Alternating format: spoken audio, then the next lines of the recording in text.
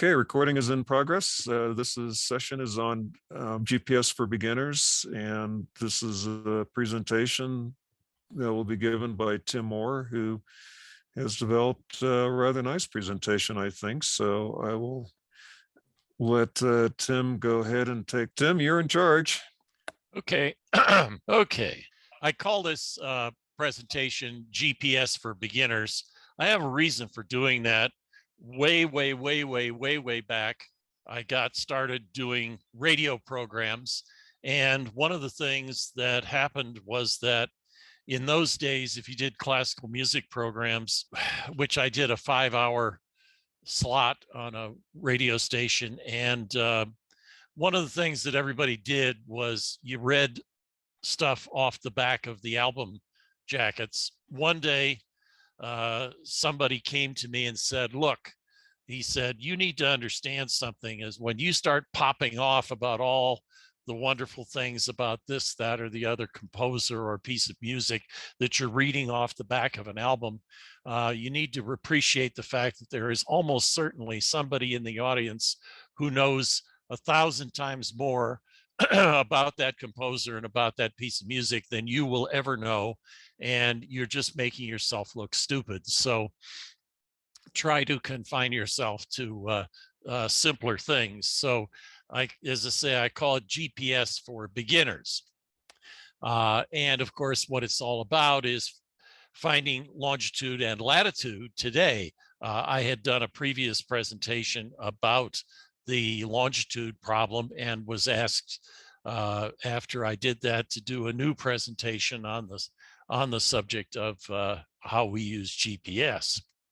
So of course, what it comes down to is that in order for us to get where we want to go, we have to know first where we are. And to know where we are, it turns out that in most cases, we have to know what time it is. There are a lot of ways to figure out where we are, but one of the best is by knowing the time. So I want to suggest a thought, what I call a thought experiment to begin with. And I think this helps by example to show what we do when we do GPS. So I think most of us had the experience as kids of being taught, if we saw a flash of lightning, to start counting seconds, 1 1,000, 2 1,000, 3 1,000.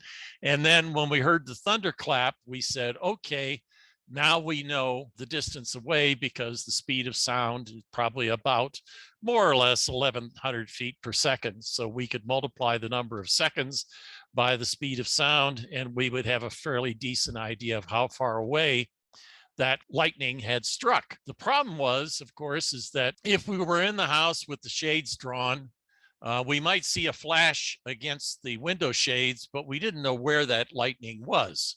So I said, well, let's do the thought experiment and say, how would we go about finding out the location of the lightning? So here's a little map of a section of downtown Denver. And I said, okay, we've had a lightning flash and we started counting seconds, and we know where we are, and we've counted the seconds. So we know that the lightning had to have taken place somewhere on the circumference of this circle. But quite frankly, that's as good as we get. We don't know where it was. And so the question then becomes is what can we do to nail that location down a bit? So if I ask you to do the same thing, and I know where you are, you're a neighbor, and I know where I am, and we both get counting and so on, there's one possibility, which is your circle and my circle. These circles are sort of like the old things you see in the cops and robbers movies where they draw a circle on the map. And if those two circles intersect at an inside tangent, then that's where the lightning was. The other thing that can happen is we can have an outside tangent where you're considerably farther away from me than in the previous example, and our two circles intersect in a tangent this way. But more often than not, what happens is we end up with an intersection where the two circles overlap. And that means there are exactly 2 points that could be where the lightning struck. And we don't know which one is which. So how do we solve that? Well, a very good way to solve it is simply to add another person. We get a friend of ours to watch for the lightning and do the counting, and we overlap all 3 circles. And when we overlap all 3 circles, we get a single point, which is where the lightning had to take place. And this is a phenomenon that we call triangulation, and it's a form of triangulation. So here's another form of triangulation. I have always found, I don't know about you, I had some relatives who were big into fishing, and it seemed like anytime you saw an aluminum box with a sort of a wrinkly surface, it was something to do with fishing. And so this is a thing I bought at a thrift store, which dramatizes this idea. It's called an outers locator. And the idea is you use this if you find a really, really good fishing spot. You use this to pinpoint that spot so that you can get back to it the next day, the next week, or whatever. So what they've done is they've given you the idea of finding 3 points of that you can isolate, a high point, the boat dock, and a lone tree. And these are going to enable you to find where you're going. This is what the device looks like. You can see it's got 3 arms. One arm is fixed at 0, and the A and the B are adjustable so that you can point them towards the landmarks that you've chosen. And you read the angles off the scale and write those down when you're sitting there in your good fishing spot.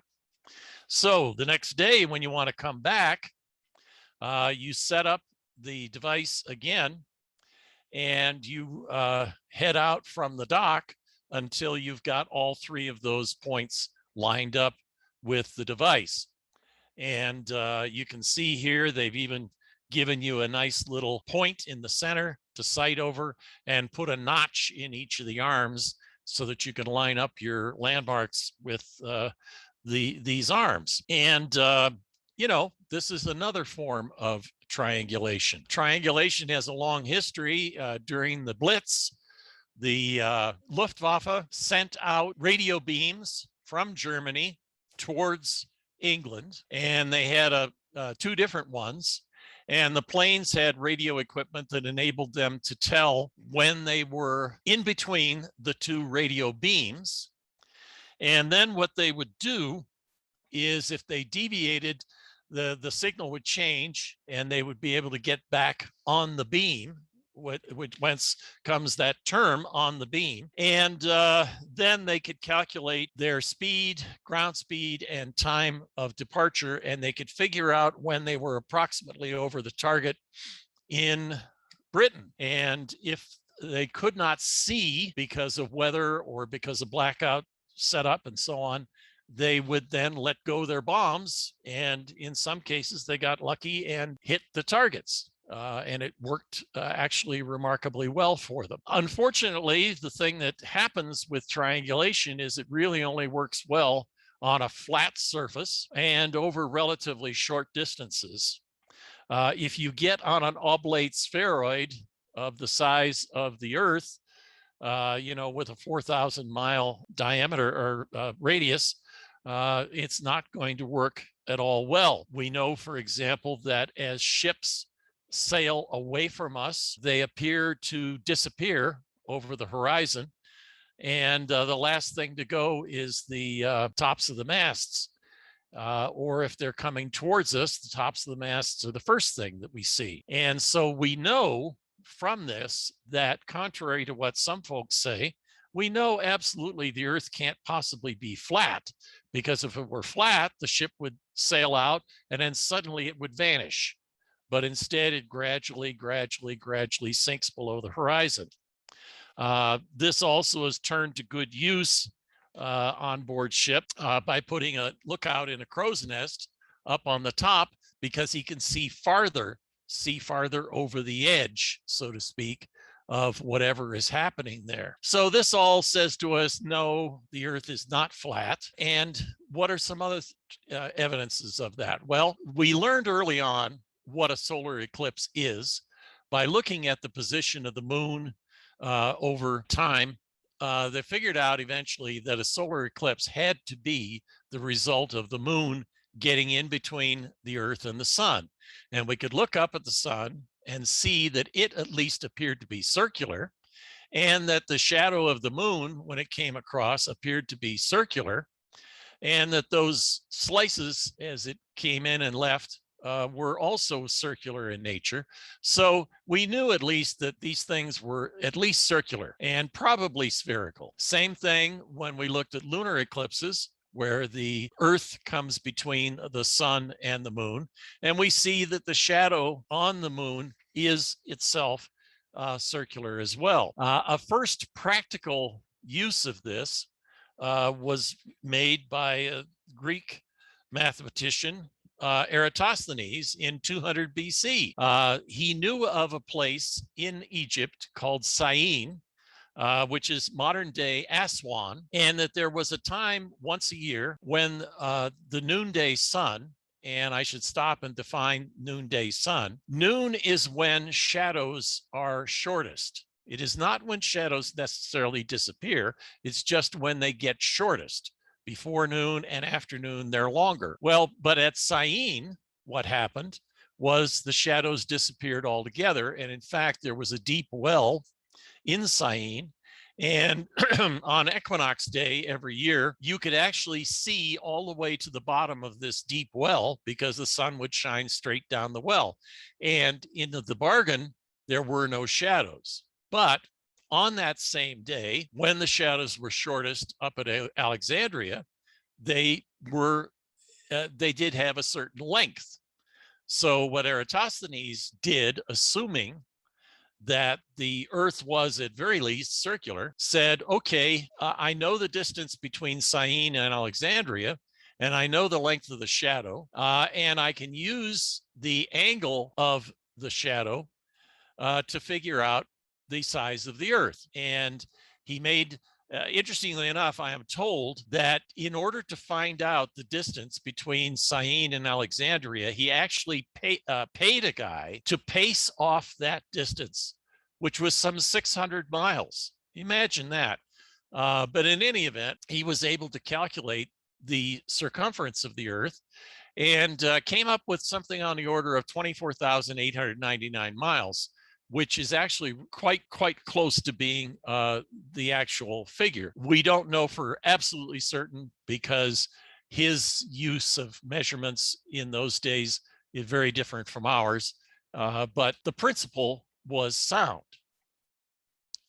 By about 235 years later, or 235 years later, Ptolemy had come up with the idea of dividing the Earth into a grid of latitude parallels from north to south and longitude lines from east to west, sort of like sections of an orange or something like that. And so very well by the time of 135 AD, the concept of the Earth being a sphere was very, very well known, very well accepted. And in fact, this map that I'm showing comes from 1482, which is, of course, some 10 years prior to Columbus's voyage.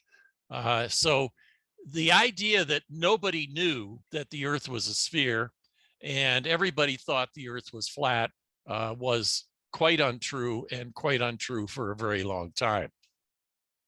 So when you were at sea, the problem was, how do you figure out where you are? And unfortunately, in those days, the best that you could do was what was called dead reckoning. And dead reckoning is a process in which you take your best approximation of a map, and on it you try to plot distances and directions. And so what they did is they threw this pie-shaped wooden wedge that you see in the lower left, they threw that off the back of the ship and let this line that's wound up pay out. And the idea was that the wooden ship was weighted and shaped so that it would not be dragged by the ship, but instead the line would just pay out, and then you would count the number of knots that passed through your hands as your sand glass counted down 30 seconds. And this would give you an approximate idea of how fast the ship was traveling. You then could take your compass bearings, and you would take also things like what you knew about drift and so on, and use this to make a guess on your map as to where it was that you were and where it was that you had passed through. One thing I always like about this is the fact that you notice in this picture that they've got a bucket underneath the spindle of rope. And you can imagine that as you pull that rope back in, the crank is off camera at the top, that there'd be quite a lot of water. And so they had the bucket to catch the water so you didn't make a mess. But you did dead reckoning, and you made all these calculations and plans and so on. And it was not an easy thing to do, and it was not a very accurate thing to do, quite frankly. But this is how you had to do it. This is also part of the reason why when the voyages of exploration were headed towards the Indies from Europe, they had a tendency to hug the coast of Africa so that they would always be either within sight of land or relatively easily in sight of land, so that they would not get lost. They were not afraid of sailing off the edge of the earth. There was no such thing as that. They were just afraid of getting lost and not being able to find their way back, because dead reckoning wasn't that good. If you read in Samuel Eliot Morrison's book on Columbus, you also find out that the compasses were pretty lousy as well. So navigation in those days was tough and required people of great deal of skill, and at best was an inaccurate science. All of this, of course, changed with the advent of the chronometer. You know, Harrison was the first to succeed in making a chronometer that would work at sea. There's a picture here of H1, and of course its eventual descendant, the Hamilton Model 21, which was sort of the standard, at least of the American Navy. And by using a chronometer, people were able to carry with them London time, Greenwich time, and could sight using their sextants and so on, and their ephemeris tables, and figure out the local time. And by figuring out local time and knowing Greenwich time, they were able to figure how far west. Latitude was a pretty simple proposition. All you had to do was shoot the Polaris, or the southern equivalent, indicated to you by well, never mind. You know, there is, suffice it to say, there was a North Star and a South Star. And so you used those for latitude, and you used your chronometer and your sextant and ephemeris to calculate your longitude. And this was the way it went for a very, very long time, until some things changed. And the change I choose to mark most strongly is this one, 1945. 1945, we got the atomic bomb, and we now had the possibility of being able to destroy major parts of the world, and that put some huge, huge pressure on our navigational capabilities. We started burying missiles in silos underground. We were doing it, the Russians were doing it, other people were doing it, with the idea that if a war broke out, what we would do is we would send a rocket flying over the earth to bomb the other enemy's country. Meanwhile, there was another problem, however, and that was everybody was developing high altitude planes like this one, the U-2, and they were able to fly at enormous altitudes and still take high quality photographs of the ground below. The result was that we were able to map the Earth with unprecedented accuracy, and we weren't just doing it, the Russians were doing it, other people were doing it. And the problem was we could, using signs that we had developed long before, figure out where missile silos were located. So we knew where their missile silos were. They knew where our missile silos were. And the problem was we reached a point where we said, we all have so many bombs that if we all start flinging bombs at each other, we're going to result in what we referred to as mutual assured destruction. And we didn't want to have that. So how could we shorten the time? Well, one way to shorten the time was to put bombs on board B-52s and keep these B-52 bombers flying all the time, never come down without being replaced by another one, and thereby get a bomb much closer, shorten the amount of time between launch and destruction. The other thing that we did was we put intercontinental ballistic missiles on board submarines, and we could move these submarines around so that nobody could ever figure out where the submarine necessarily was, and it could shorten the time by shooting a missile out of the ocean rather than off of land. So that escalated and escalated. And we found that we needed, as I said before, to get where you want to go, you have to know where you are. So we needed better navigation and location tools. So one of the ones that was developed was called LORAN. There were a lot of these acronyms. You know, we had radar, radio direction and ranging, and LORAN was just long range navigation and so on. And LORAN was a system that used radio transmitters onshore or in buoys offshore, and you would bounce a signal from yourself to the radio transmitter and then wait for it to respond back, and then you would use some complicated systems of mathematics and so on to figure out how far away you were from that. Well, of course, you're not going to be able to put a LORAN transmitter on your enemy's land, and you're not going to be able to put one in a buoy anywhere near their land. So it had limited utility.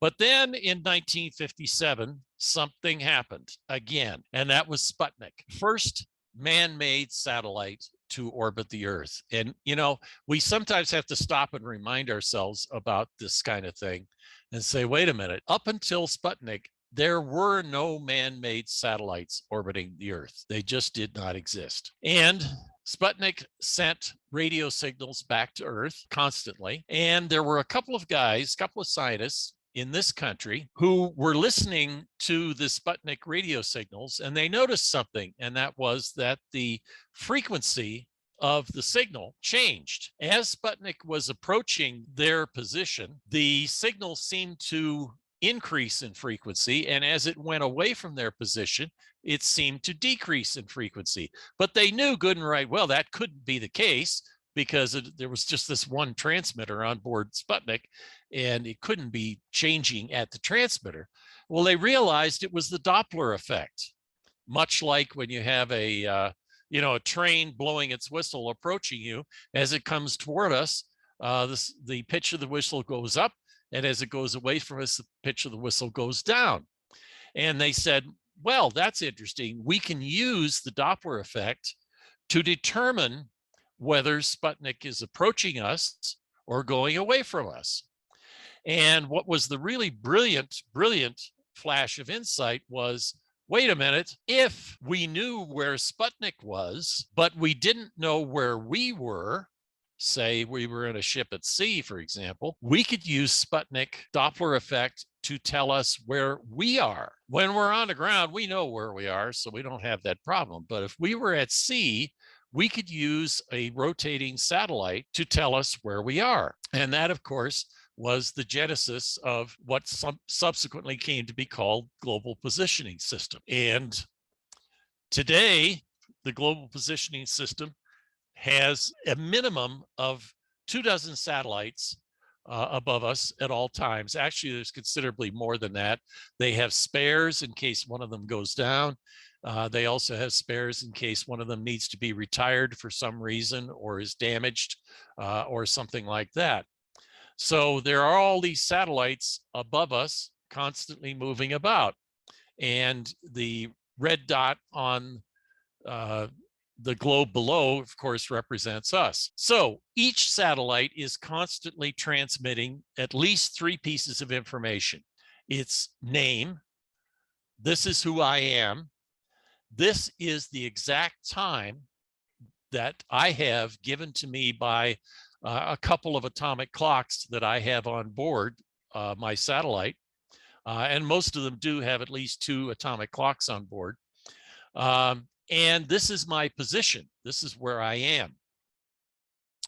And these pieces of information are then received by us on Earth, and these become the basis for figuring out where we are. You can see here that the number of visible satellites varies depending on what's happening, but in this example, you see 7, 8, 9, etc., different satellites simultaneously visible from a given location in the United States. So now what are we going to do? Well, remember what we did with the circles and the lightning strikes. We saw that when there were just two of us, the most likely thing to happen was that there were going to be two circles overlapping, giving us 2 points, and we had to figure out which point was which point was true. And we did that by adding a third person, a third satellite, if you will. There's the me satellite, the you satellite, and the friend satellite. And where those three overlapped, we knew that had to be the right spot. But again, as I said, with triangulation, only really works on a flat map, flat surface, and over a fairly short distance. When we get to doing satellites, we're talking about spheres, not circles anymore. And we're talking about huge spheres. And the other thing that we know is that when two spheres intersect, we get a circle. Unlike what happened when we had our circles intersecting, we now have two spheres intersecting, giving us a circle. Well, that's not very good because after all, there's an infinite number of points in a circle. So we need to do better than that. So it helped us to add a third circle on the flat Earth. So what happens if we add a third satellite? Well, if we add a third satellite, you can see in this diagram that the first two intersect in a circle, and then the third one comes in and gets us back to kind of where we were on Earth, 2 points again. So we're doing much better. And that worked so well, we said, well, gee, what we did the last time when we had 2 points and needed to get a single point was we added another circle. Let's add another satellite. And we did that. And we find that when we add 4 satellites together, we are able to pinpoint a single spot. And this is not called triangulation, but trilateration. And it is the way basically that the satellites in the GPS system work. We are able to get our latitude and our longitude, and we get the bonus that we also get altitude and time of day. So what is the accuracy of all this? Well, given the kinds of atomic clocks we have and the high quality that we're able to provide insofar as the math is concerned, and I'll just say the math is in some cases it's a bit like, you remember in school when you took algebra, there was a thing that you did at one point, which was you learned how to solve simultaneous equations, where you had several equations all in the same variables, and you had to try to find common solutions to multiple equations. Well, that's pretty much what happens here. And it's well within the capability of modern computers to do that kind of thing. And it gives us an accuracy easily with 4 satellites of plus or minus 50 feet. And you say, well, plus or minus 50 feet is not bad, but especially when you compare it to the way things were in the time of John Harrison and the longitude problem, where they considered themselves happy if they got to within half a minute of longitude. That was considered to be outstanding. Basically, what they were hoping is as long as they could get within sight of something, they were happy. And in those days, you know, on a good clear day and a guy in a crow's nest and so on, you might be able to get upwards of 16 miles at sea.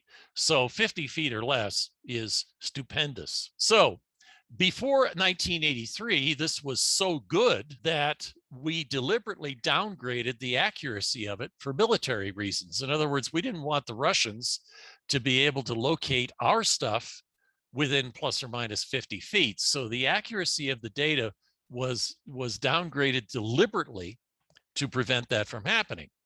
And also, of course, not everybody had GPS, but something happened in 1983, another pivotal year in the process. And that was this, Korea Air Flight 007. 1983, they were flying from Anchorage, regular scheduled flight, Anchorage to Seoul, and they drifted off course. As you can see, the red line was their actual flight path. The dotted line was the planned flight path. And they drifted over the Kamchatka Peninsula, which of course was a Soviet territory. The Soviets scrambled fighters, and by the time they had crossed over another Soviet territory, Sakhalin Island, the Soviets were able to shoot them down. Now, this was a commercial passenger air flight. 269 people, passengers and crew, were all killed as a result. The United States decided that it was important to prevent this from happening again. So President Reagan announced that from that point onward, GPS would be made available to everybody in the world to prevent this kind of thing from happening again. So where are we today? Well, today, the accuracy is much, much better. Everything's improved. Best cases for most of us, about plus or minus a foot. For the military, they can literally get down. They've got the equipment to get down to plus or minus a half inch. You can hardly ask for better than that, especially when your satellites are about 12,000 miles above the surface of the Earth. And the other thing that has happened is we have competitors. So the Russians have GLONASS, China has theirs, the common market has theirs, and India and Japan also have global positioning system satellites. Now, in the case of India and Japan, those are using geostationary satellites. So their GPS, so to speak, systems really are only localized to their part of the world. So they're not usable all around. But as I say, we've got lots and lots of competitors out there, other satellites flying above us and providing this information. The next thing that we want to talk about is reliability. Well, how reliable is it? Well, depends on the number of visible satellites. Remember I said we need at least 4. And, you know, we've got it set up so we can have maybe as many as 7, 8, 9, 10 at a time. So the number of visible satellites determines the reliability. Signal strength and noise, as with anything having to do with radio, is involved. If the atmospheric conditions prevent us from getting good signal, we're going to have a problem. There's a thing called multipath, where the signals can bounce off, they can bounce off of mountains, they can bounce off of buildings and cause interference problems for us in making calculations. There's also what's called ephemeris errors or orbital path errors. We need to know, in order to be able to use this system, we need to know where those satellites are at all times. And so we have equations which tell us where the satellites are located.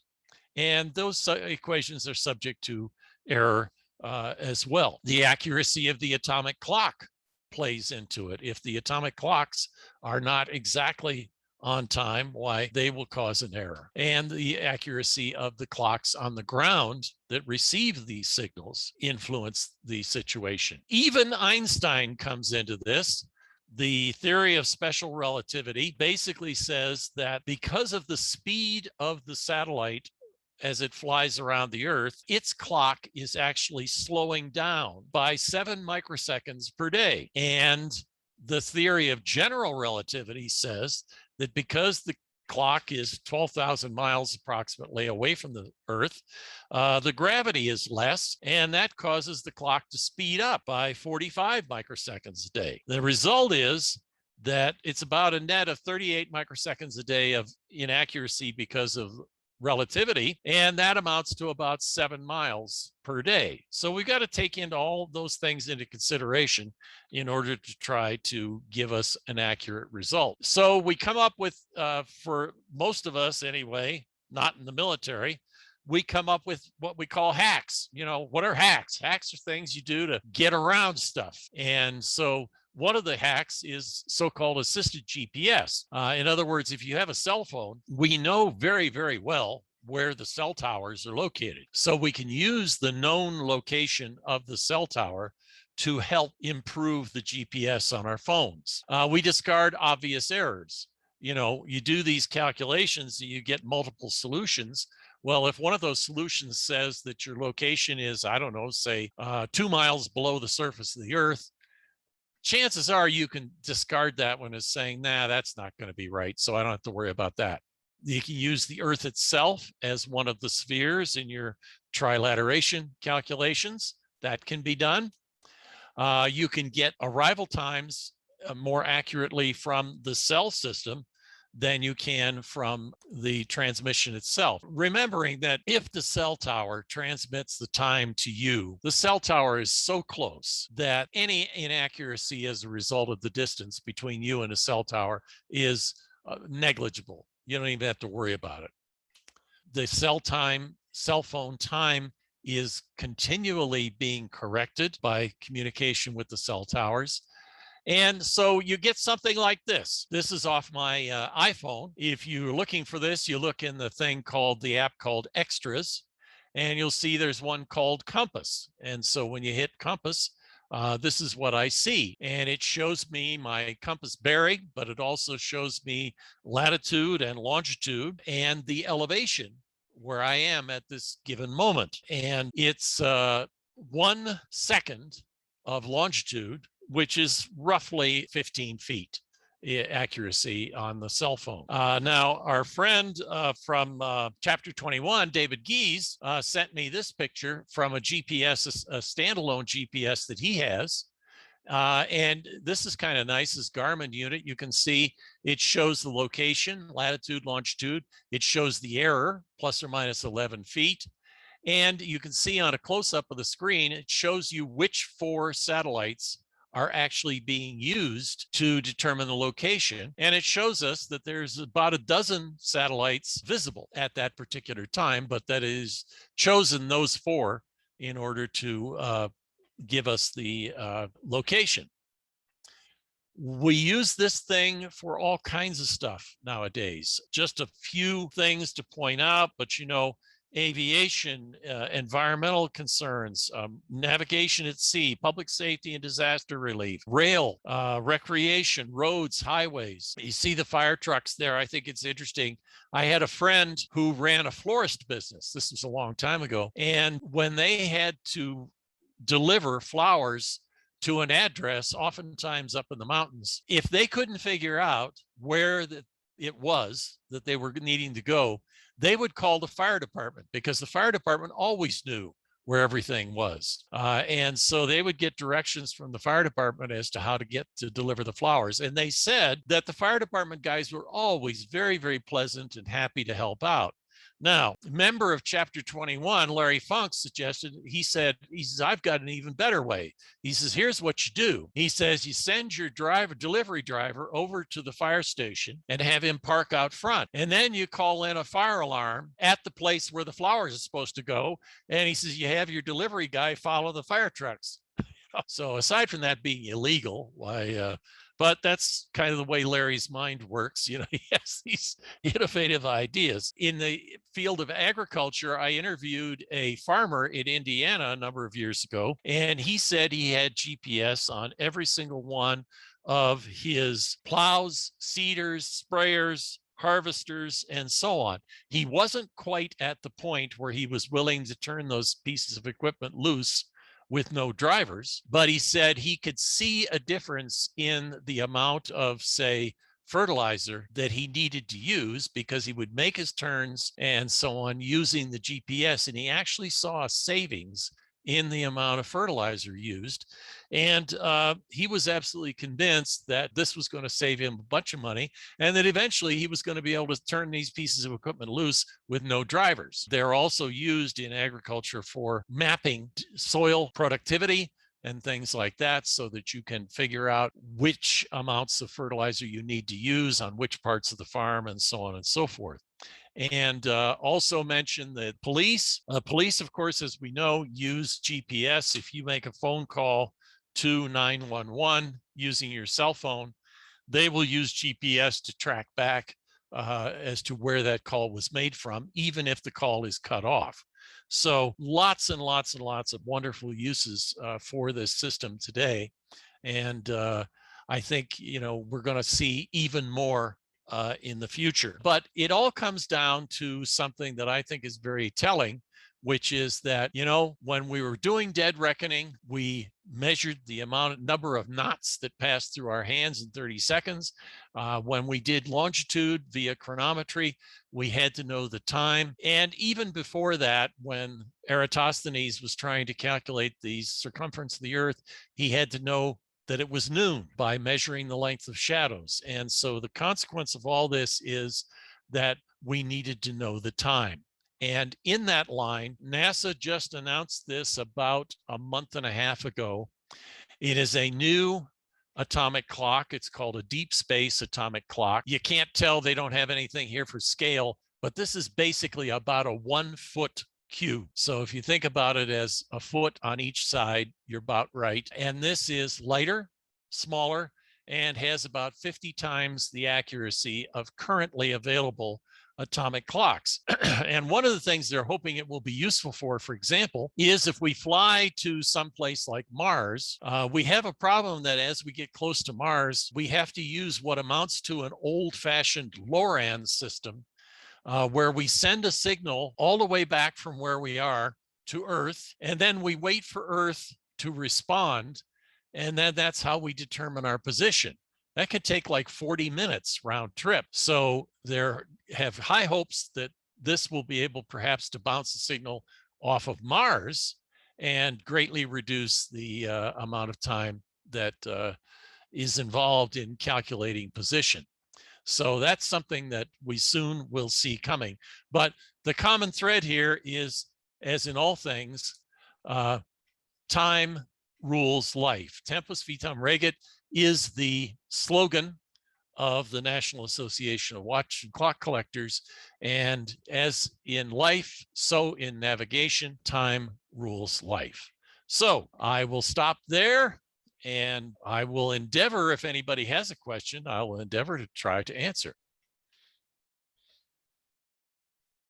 Nice job, Tim. Appreciate your presentation. That's really good. Anybody got questions or anything they want to show off? Yeah, Tim, I want to know what the South Pole Star, what the South Star is called. Yeah. Well, I have that in a different presentation. And believe it or not, I can actually probably find that. Sigma Octantis or something like that. Oh. Let me see. Latitude. Sigma Octantis. And you locate Sigma Octantis using the Southern Cross. That's how you find it. So, okay. Whereas you use the big, you use the Big Dipper to locate the Polaris. So there you are. Wow. All right. Cool. I've never even heard it. I'm not sure I've ever heard that out loud before. So that's cool. Yeah. Good job. Lots of really good facts. You actually, you know your stuff pretty darn well. May I go next? Go ahead. Cool. So awesome presentation, Tim. Thank you. I wanted to provide some anecdotal insights from my side because I don't know how many people are familiar with GPS. I am at least reasonably familiar with it because I actually use it as part of my job, and I use it pretty extensively. And I've always been fascinated by the fact that there's the old geodetic survey markers. And so this is, hopefully you can see the screen. Yes. All right. I saw a thumbs up. So this geodetic survey marker dates from probably like the 1960s. And I've actually had opportunities where we've gone out, we've found these, resurveyed them, but then we've also been in places where we had the old information. The best example is there's a geodetic marker that's sitting on top of or next to Rainbow Bridge. And Rainbow Bridge is a national monument in Utah. It's right next to Glen Canyon. And we have the original survey notes from the Bureau of Reclamation when they went in and put that marker down. And we came in with modern, what's called GNSS receivers, and gone through the corrections. And so our accuracy is down in the, we were down to 3 centimeters accuracy with the information that we were able to gather. They were 6 inches off from the surveys that were done in the 70s. This one is a marker that's sitting off of Black Canyon of the Gunnison here in Colorado. And we use this as part of a survey to then put in to do work within the canyon. We were trying to do measurements from across the canyon using a laser rangefinder. And this is me at Curacanti, right along the shores of Blue Mesa Reservoir. This is one of the GPS instruments that we use. I actually have the new one that's sitting over here next to me. on the bed because the battery in it died and I had to go get a replacement for it. But this is me standing next to the laser rangefinder. This is both a total station and laser rangefinder. And I'll zoom out so you can see where I'm standing because I love this photograph because it really gives perspective as to what we were trying to accomplish by bouncing a laser off of the opposite canyon wall to measure a fracture to see if it was growing. And all of that was based on the GPS data that we had established on this side of the rim behind us. So this is really cool stuff. Say again? Are you tethered to something, Jack? Yeah, I am tied in. I don't know if you noticed, but both me and the instrument are tied down. So yeah. Nice. Well, with that, I'll stop sharing. Let's see if I can figure out how to turn it off now. That's cool. You know, the one that I remember from a kid, and maybe it's I'm not exactly sure if it's more of a vertical thing, I think, than it was a sort of horizontal, sort of XY kind of thing, was the one on the state capitol steps, right? Isn't there like, there's one marker that's like 3 stairs up and from like 1 year, and then 20 years or 30 years later, there's another one that says like, this is actually where a mile high is. It's like 3 stairs up from the previous one. There is ground settling. A great example is there's a town in California where they have withdrawn so much water from the aquifer that the ground is literally collapsing on itself. And they have, there's a very famous photograph of a telephone pole where they've got the markers that creep up the telephone pole that mark where the ground surface used to be and how much subsidence has occurred. And subsidence is actually also an issue here in Colorado, especially with the swelling clays that we get here as you get closer to the Front Range. That as water cycles through the course of the year, that those clays will swell and contract and can create subsidence as well too. Oh, see, that's so funny. That's not where my mind went. I didn't even think about the fact that it could be more of like a geological thing. I thought it was more about an accuracy with them being able to like actually measure the height, you know, into space more accurately. But I think that actually makes a lot more sense. It could be both, honestly. Nice. There's another thing that when I gave this presentation to the Seattle area chapters, one of the guys from Seattle had been in the Navy. And he told me, and it's kind of an interesting thing when you think about it, you always have to have backward backup. So in other words, you may use GPS to figure out where you are, but what if the GPS goes down? And what if the GPS goes down? You go back to things like you might use radio signals. And if you got no radio reception, you might go back to your sextant and your chronometer. And if your sextant and chronometer are not working, you go back to dead reckoning. And he told us that they still use, in the Navy, they still use dead reckoning on occasion. And you have to have people who know how to do all of these different techniques because you never know when one of them is going to fail you. So you had to have all your backup knowledge and skill available to you at all times. And that was one of the things that in the other presentation I learned was that when people went to sea in the 18th century, one of the things that any guy on board ship who had any ambition would enroll himself in a navigation class, which was usually taught by another member of the crew, because if he passed the navigation class and became certified as a navigator, he'd get up another notch or two in pay grade. So it was an ambition thing for a lot of seamen. Every once in a while, they still have to wake up the one guy on the ship that knows how to use a sextant and actually, go get Steve. He's the one guy. Yeah. So prior, in your previous presentation, didn't you say that the captain had the ultimate authority on where they were? And if you argued with the captain on position, you could be killed. It was a capital Yeah. offense. Yeah, on some ships, it was a hanging offense to argue with the captain's assessment of position.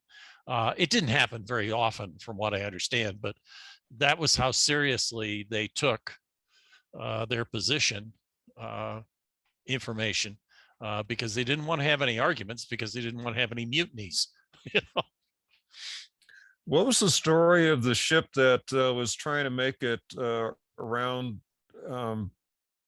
beyond the southern tip of the South America that ended up back where it started from, never made it through? Yeah, that was a HMS Centurion, and that was in 1740.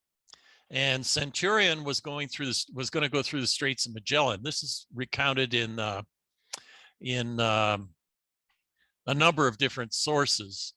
But in any event, what happened is they didn't get to the Straits until midwinter, because they got a very late start leaving England, and they encountered, trying to go through the Straits, it took them 6 weeks, and they encountered snow, rain, hail, windstorms, lightning, you name it, every kind of bad weather. Of course, the Straits of Magellan is a pretty nasty place to begin with. And after 6 weeks, they said, well, that's finally over. We must be through it by now. And they started heading north because that's where they were going to go into the Pacific. And they immediately sighted the same spit of land that they had seen when they entered the Straits of Magellan. In other words, they'd been driven back out through, back into the Atlantic again. And so they had to go through the whole damn thing all over again. And meanwhile, they were losing men at a catastrophic rate from scurvy, and they could not put ashore because they were it was British ship, and they were at war with Spain, and Spain owned all those lands down there, and so they would have immediately been captured by the Spanish. So they couldn't put ashore and get fresh food or anything, and so they ended up losing something like 2/3 of the men. They lost, out of 6 ships, they lost 3 ships and 2/3 of the men in the trying to get through. They finally made it through on the 2nd attempt, but this was because they had no way of calculating their longitude other than just dead reckoning. And you can imagine, if you're having snowstorms, ice storms, hurricanes, God knows what, it's a little difficult to do dead reckoning with any accuracy.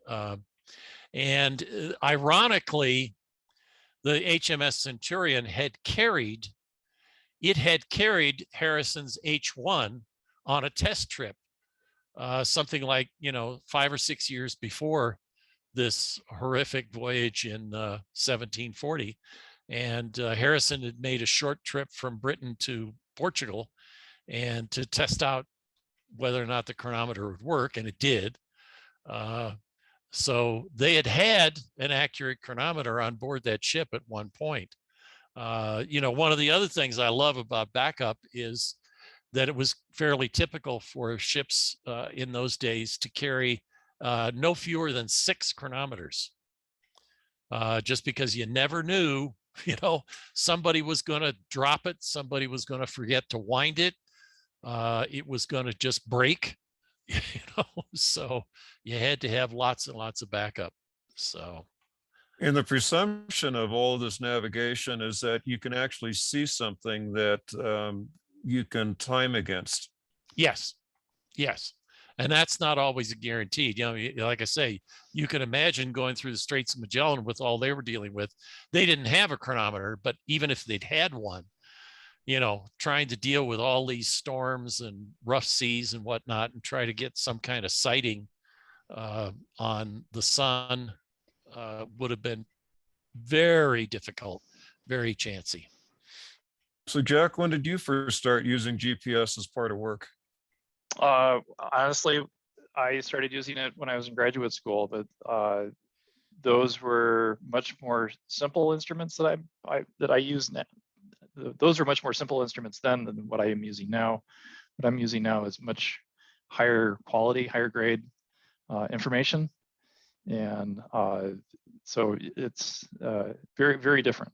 Has progressed over time as well with the type of instrumentation I'm working with. Everything from external antennas to receivers to data units for in-field processing and doing post-processing after coming out of doing work in the backcountry to even to improve the accuracy more further. So I also had another photograph I was going to show. I was pestering my friend Rich to show up, but since he's not here, I'm going to just show his image that he shared with me earlier.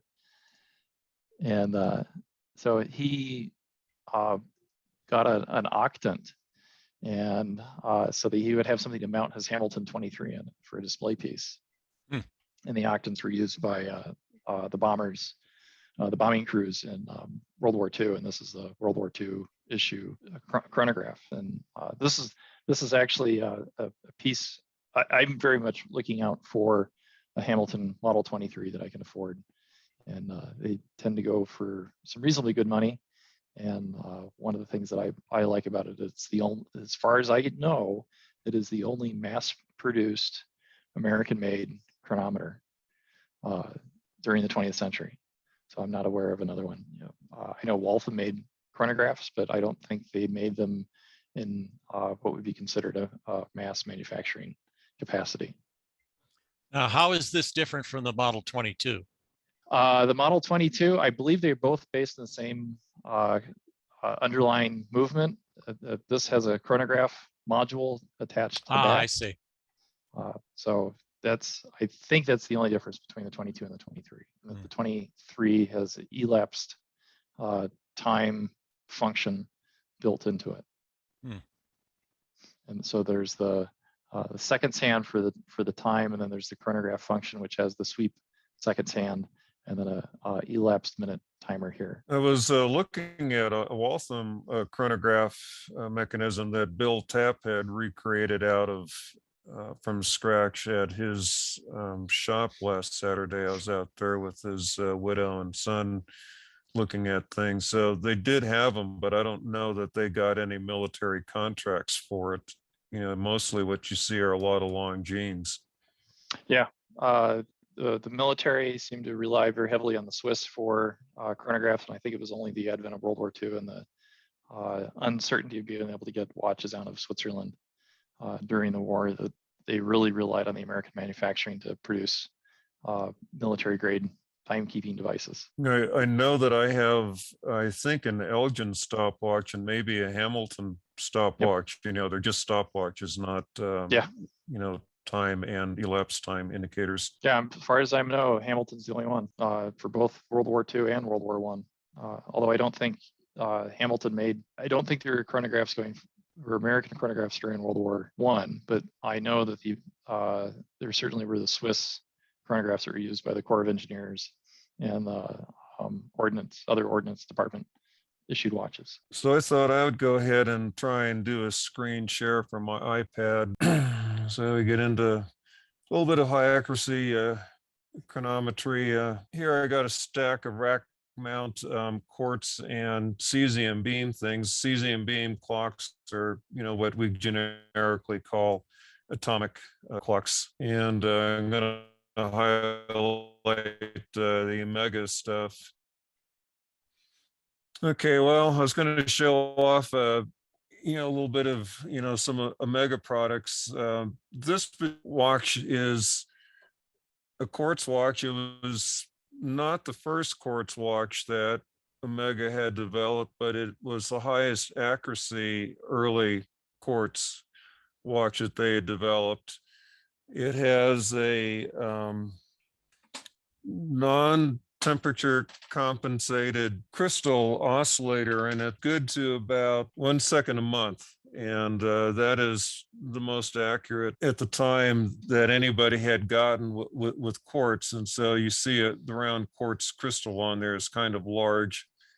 And there's a simple divider circuit there, and then there's a stepper, kind of a back and forth stepper really like a pallet fork against an escape wheel, but it's done so that it drives it forward.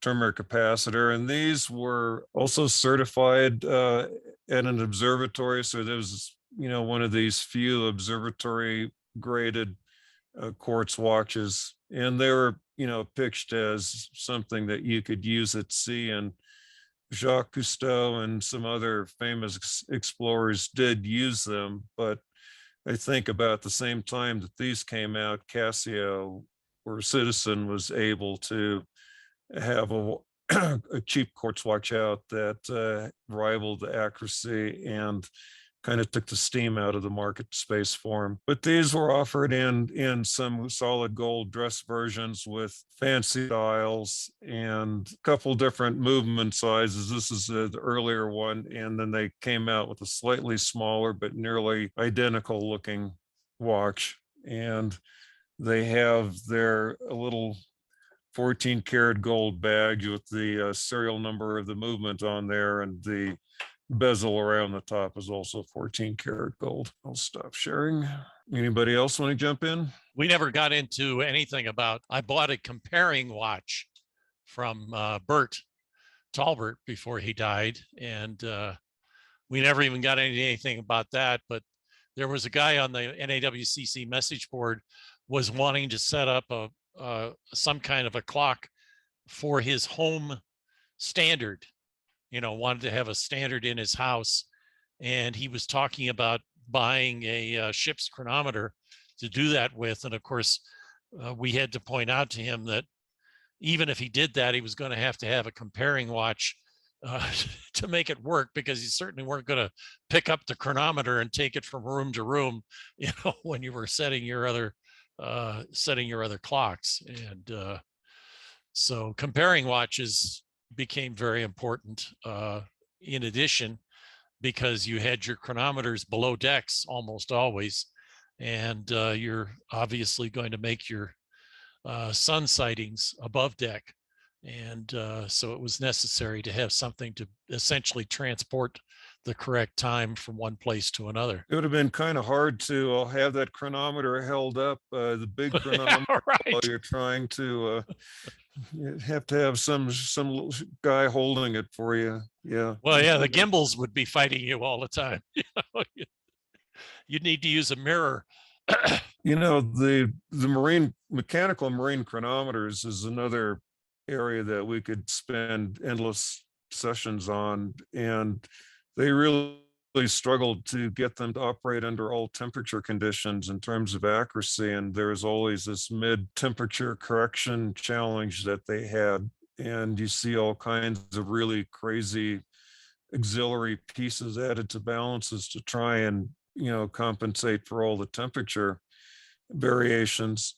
And the only chronometer that really solved the middle temperature problem was the Hamilton 21. The Naval Observatory was not thrilled about the design of that balance because it wasn't a split rim, and they had actually specified they wanted a split bimetallic balance wheel for the chronometer as part of their request. Hamilton, the combination of a solid balance and balance arms that could expand and contract with temperature, they're able to get the balance to achieve an oval look over certain temperature variations. And it was really a super accurate, super stable chronometer. It was really the pinnacle of mechanical chronometers, but not necessarily the most interesting looking one. Anybody else got anything they would like to add? I guess the only thing, I have a couple Hewlett-Packard Cesium beam clocks,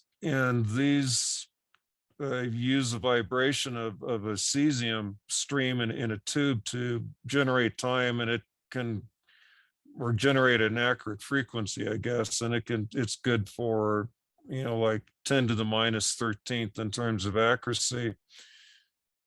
And that equates to like a second every hundreds of thousands of years. And people go, well, what's the point of that? And so the NIST no longer talks about clock accuracy in terms of decimal points. It's more about accuracy of able to localize yourself in space or on Earth.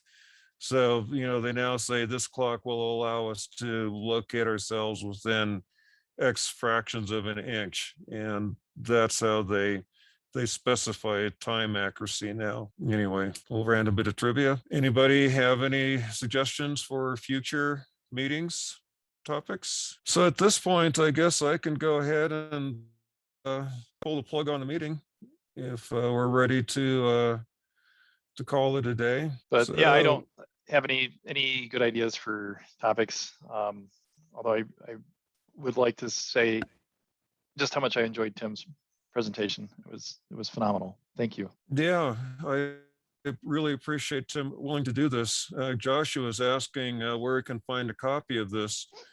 When I finish editing this, I will upload it to YouTube, and it's on the Boulder Horological channel. That's all one word, Boulder Horological. I'm a little behind on it. It takes me about 5 hours to get through 1 hour of video editing wise, but this one maybe will go faster. Finish editing and uploading is a presentation from last month, which Anthony Cable did on the evolution of the Seiko dive watch, which was quite good. Joe White is holding up a picture of something. This is the Seiko diver's watch by a guy named Sato Ryuga. And this has got virtually every Seiko diver's watch from the beginning. I was able to snag a copy. You can only get it from this guy. And it's incredible. I've never seen all of these dive watches before, and needless to say, I'm lusting after getting a couple of them. So if anybody's got any interest in that, send me an email. Yeah, okay, good job. Send me an email and I'll get you in touch with him, because you have to go through him to get one. Right. I think he's also on Instagram. I think you can contact him through Instagram, because Anthony Cable mentioned both that book, and there's a new book that Anthony provided some input on in terms of straps. Anthony had some pictures of rubber straps that ended up in the newer book. So yes, if you're into Japanese watches, go to +9 time. It's plus and then the number 9 and then time.com. And that's Anthony Cable's website. And he's a real major Seiko enthusiast. And +9 is the number of hours that Tokyo is ahead of GMT. That's where the name comes from. Okay, everyone. Thank you for attending. Tim, thank you for providing the content. Again, really super, and hope we will finally get you up on YouTube. Anyway, thank you all. Have a great month. You're welcome. Have a good one, everyone. Bye. Great presentation. See you in September. Take care. Bye.